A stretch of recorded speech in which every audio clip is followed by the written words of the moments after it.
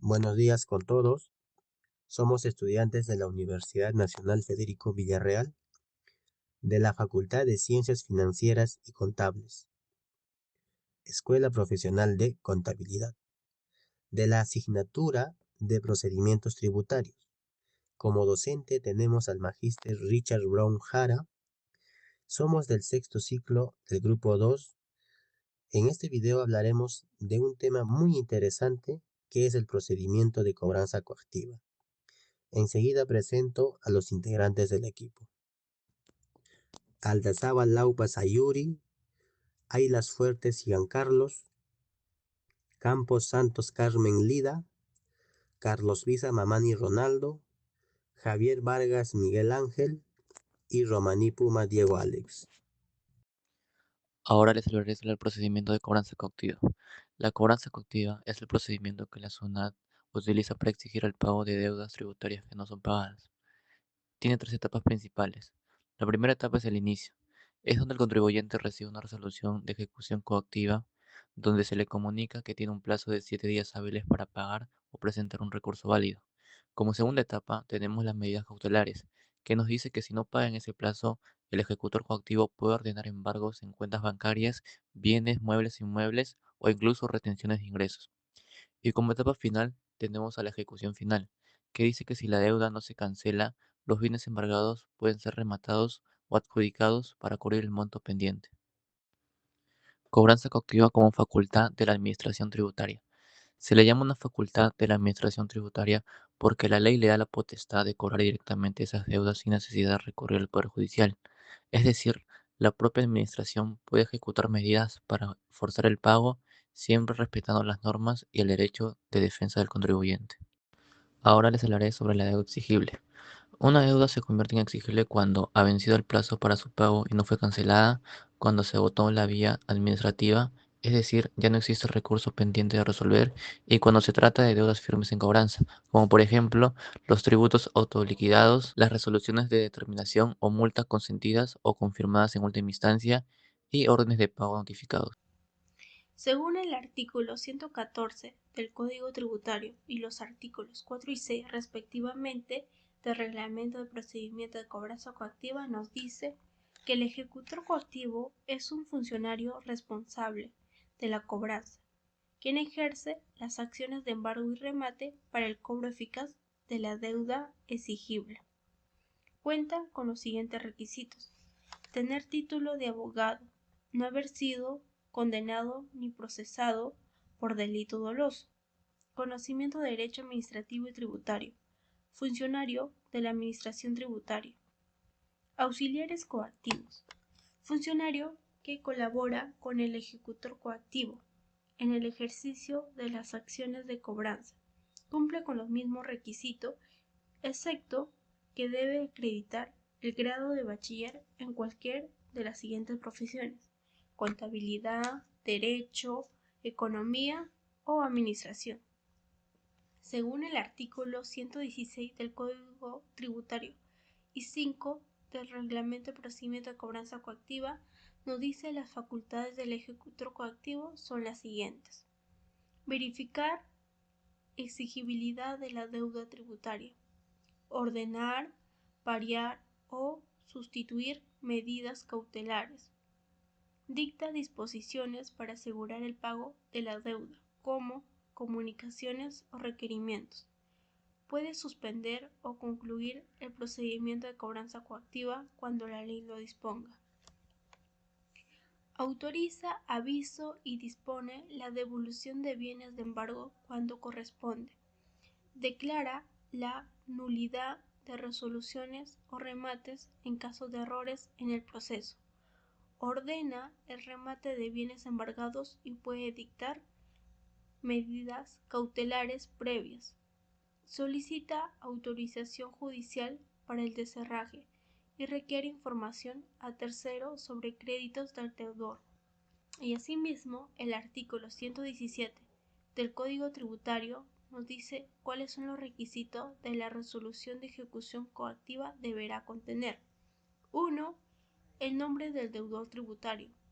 2. El número de la orden de pago o resolución objeto de la cobranza. 3. La cuantía del tributo o multa, según corresponda, así como de los intereses y el monto total de la deuda. 4. El tributo o multa y periodo a que corresponda. Aquí tenemos un ejemplo de la orden de pago emitida por SUNAT. Asimismo, también apreciamos una resolución de ejecución coactiva. Luego tenemos lo que son las medidas cautelares. Vencido el plazo de 7 días, el ejecutor coactivo podrá disponer medidas cautelares que considere necesarias. Estas medidas buscan asegurar el cobro de la deuda. 1. En forma de intervención. Consiste en la toma de posesión o control directo de bienes para garantizar que no dispongan de ellos o que sirvan de respaldo al pago de la deuda. 2. Embargo en forma de depósito. Se embarga bienes muebles que quedan bajo custodia de un depositario, quien tiene la obligación de conservarlos. Puede ser el mismo deudor o un tercero. 3. Embargo en forma de inscripción. Se anota el embargo en registros públicos o otros registros oficiales para que se publique que el bien está afectado. 4. Embargo en forma de retención. Se ordena la retención de dinero o créditos que el deudor tenga en cuentas bancarias o frente a terceros. Hablamos también sobre la suspensión del procedimiento de cobranza coactiva. La suspensión significa que el proceso de cobro que está llevando a cabo la administración tributaria queda detenido de manera temporal. En este tiempo, el ejecutor coactivo no puede continuar con medidas como embargos, retenciones o remates, hasta que se resuelva la causa que originó la suspensión. Existen situaciones en las que se suspende, como las circunstancias que demuestren que la cobranza podría ser improcedente, si existen pruebas de que la cobranza de órdenes de pago podría ser incorrecta y se ha presentado un recurso de reclamo dentro de los 20 días hábiles siguientes a la notificación de la orden. Otros, la disposición legal, cuando una ley o norma con rango de ley lo indica expresamente, y medida cautelar si se dicta una medida cautelar dentro de un proceso constitucional de amparo que ordene la suspensión de la cobranza. Esto genera ciertos efectos, los cuales se produce la suspensión. Como se paralizan los embargos o cualquier medida de cobranza, no se pueden dictar nuevas acciones mientras dure la suspensión, ¿no? Si la causa que originó la suspensión desaparece. La cobranza se reactiva automáticamente. Bien, en esta oportunidad, mi persona les va a hablar acerca del procedimiento coactivo. Puede concluir en los siguientes casos. 1. La impugnación de la deuda. El ejecutor coactivo debe levantar los embargos, dar por concluido el procedimiento y ordenar el archivo de los actuados cuando se presente alguno de los siguientes supuestos. Cuando se presentan recursos de reclamo o apelación contra la resolución o lo que es la determinación o multa que originó la deuda tributaria. Que a su vez también la reclamación o apelación contra la resolución que declara la pérdida de fraccionamiento. Estos supuestos son válidos siempre que se continúe pagando las cuotas del fraccionamiento, lo cual significa que si el contribuyente impugna la deuda dentro del plazo legal y cumple con seguir pagando las cuotas, la deuda no es exigible coactivamente y por tanto el procedimiento debe concluirse. Otro de los puntos donde el procedimiento coactivo puede concluir es la extinción de la deuda. La deuda se considera extinta o extinguida por diversos medios, tales como el pago. El contribuyente cancela el monto adeudado, como también tenemos la compensación, donde se utiliza un crédito tributario para saldar la deuda. Tenemos también la condonación, donde la administración tributaria perdona la deuda. También tenemos la consolidación, donde se agrupan deudas por su extinción conforme a ley. Y a su vez tenemos la prescripción de la deuda, donde tenemos los siguientes plazos, que son según el tipo de contribuyente. 4 años si presentó la declaración, 6 años si no presentó la declaración y 10 años si es agente de retención o percepción que no pagó. Otro de los puntos también es la resolución de conclusión formal, donde la administración tributaria, que es la SUNAT, notifica al deudor una resolución que pone fin al procedimiento de cobranza coactiva. Esto se declara como la cobranza dudosa o recuperación onerosa. Y a su vez pueden haber otros medios establecidos por leyes especiales. Cuando se verifica cualquiera de estas formas de extinción, el ejecutor coactivo está obligado a levantar los embargos, dar por concluido el procedimiento y a archivar los actuados. Otra de las situaciones donde el procedimiento coactivo puede concluir es cuando se declara en quiebra el deudor. La quiebra del contribuyente, si la persona ha sido declarada en quiebra, el procedimiento se concluye cuando se emite el certificado de incobrabilidad de la deuda, según las leyes de quiebra. Otro de los puntos tenemos también orden legal. Si una ley o norma con rango de ley ordena expresamente que se concluye el procedimiento, el ejecutor coactivo debe acatarla desde que entra en vigencia. Que a su vez también tenemos la resolución y aplazamiento o fraccionamiento. Esto significa que si la SUNAT aprueba una solicitud, otro de los puntos tenemos lo que es el error en la identificación. Esta acción es de plazo inmediato al detectarse el error, ya que la acción donde la SUNAT debe cancelar el procedimiento y levantar los embargos y archivar los actuados.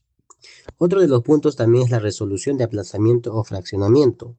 Esto significa que si la SUNAT aprueba una solicitud de aplazamiento o fraccionamiento de la deuda tributaria, no puede continuar con la cobranza coactiva respecto a esa deuda. En consecuencia, el ejecutor coactivo debe levantar los embargos, concluir el procedimiento coactivo, archivar los actuados. Como parte final tenemos la anulación o sustitución de la orden de pago. Los órdenes de pago o resoluciones que son materia de cobranza hayan sido declaradas nulas, revocadas o sustituidas después de la notificación de la resolución de ejecución coactiva. Esto significa que si la SUNAT ya inició la cobranza coactiva, pero posteriormente se determina que los valores órdenes de pago, resolución de multa, entre otras, son inválidos y deben ser modificados. Entonces, el procedimiento coactivo pierde sustento legal y debe ser cancelado. Otro de los puntos tenemos lo que es el error en la identificación. Esta acción es de plazo inmediato al detectarse el error, ya que la acción donde la SUNAT debe cancelar el procedimiento y levantar los embargos y archivar los actuados. Otro de los puntos también es la resolución de aplazamiento o fraccionamiento. Esto significa que si la SUNAT aprueba una solicitud de aplazamiento o fraccionamiento de la deuda tributaria, no puede continuar con la cobranza coactiva respecto a esa deuda. En consecuencia, el ejecutor coactivo debe levantar los embargos, concluir el procedimiento coactivo, archivar los actuados. Como parte final tenemos la anulación o sustitución de la orden de pago. Los órdenes de pago o resoluciones que son materia de cobranza hayan sido declaradas nulas, revocadas o sustituidas después de la notificación de la resolución de ejecución coactiva.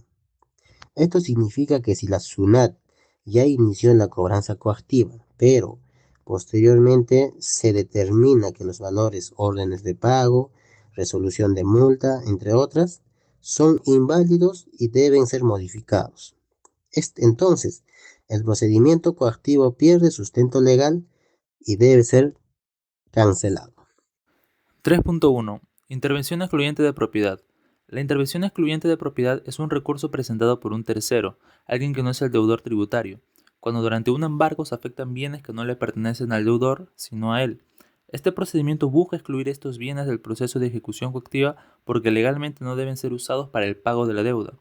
El objetivo es poder proteger el derecho de propiedad de las personas que no tienen relación con la deuda y evitar que sus bienes sean indebidamente embargados o rematados. Los requisitos son: el tercero debe presentar una solicitud por escrito ante el ejecutor coactivo, debe demostrar la propiedad del bien embargado con documentos, ya sea boleta, factura o etc. Tiene un plazo de 7 días hábiles contados desde que fue notificado del embargo para presentar la intervención. Y el procedimiento son 5 puntos, comenzando con el primero, que se embarga un bien en el marco de la cobranza coactiva. 2. El tercero afectado presenta la intervención excluyente indicando que el bien es suyo. 3. El ejecutor coactivo evalúa la documentación y decide si acepta o rechaza la intervención. 4. Si se acepta, el bien se excluye del embargo. Y en el punto 5, si se rechaza, el tercero puede interponer un recurso de apelación para que el caso sea revisado por la instancia superior.